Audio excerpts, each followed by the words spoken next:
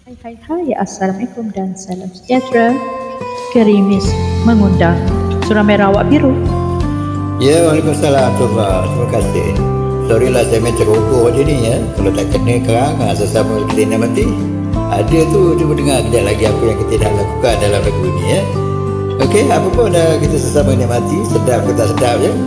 Okey, silakan dulu, okey. Ku sangkakan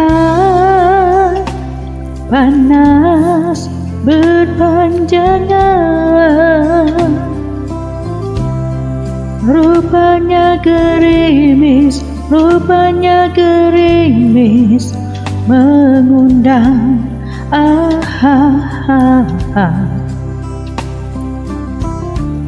Dalam tak sedarku kebasahan,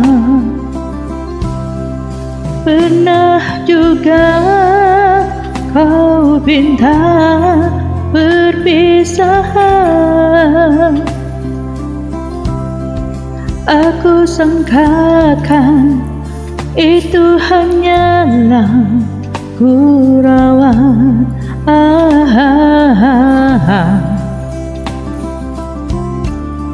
Nyata kau serius dalam senyuman, bukan sekejap denganmu, bukan mainan hasratku. Engkau pun tahu niatku tulus dan suci. Senang benarkah ucapkan, kau anggap itu suratan. Sikit pun riak wajahmu tiada terkilau.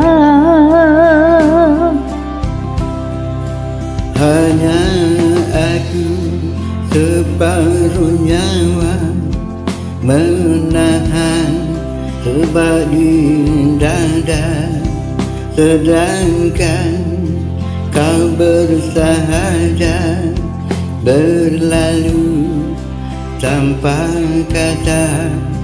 Terasa diri amat terhina kau lakukan. Terasa diri amat terhina kau lakukan. Mantap.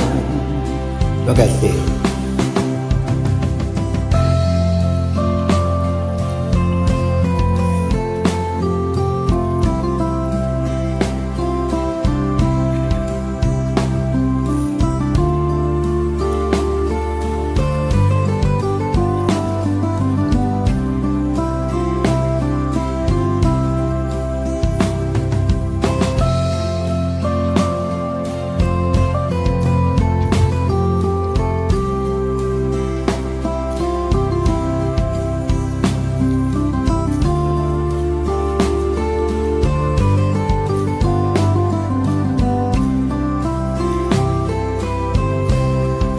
Bukan sekejap denganmu, bukan mainan hasratku.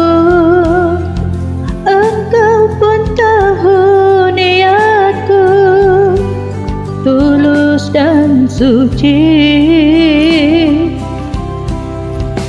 Senang benar kau ucapkan, kau anggap itu suratan. Sikit pun riak wajahmu tiada terkilau. Hanya aku separuh nyawa menahan sebab di dada, sedangkan kau bersahaja berlalu tanpa kata. Terasa diri amat terhina kau lakukan. Terasa diri amat terhina Kau lakukan. Sia-sia ku korbankan selama ini. Jika kasihku, jika hatiku kau guris,